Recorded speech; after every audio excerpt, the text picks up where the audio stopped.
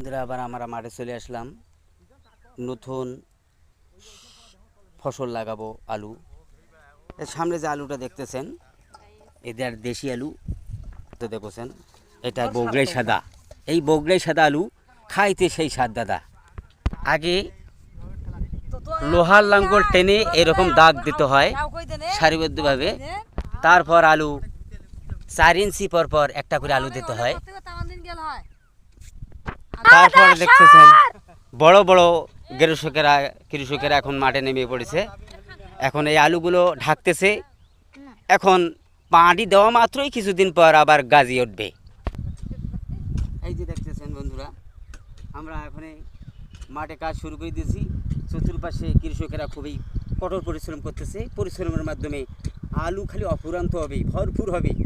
একটা টাকা আসবে, খালি তাড়ায় তাড়ায় টাকা। বড় ভাইয়েরা খালি খাইবে, থাকবে,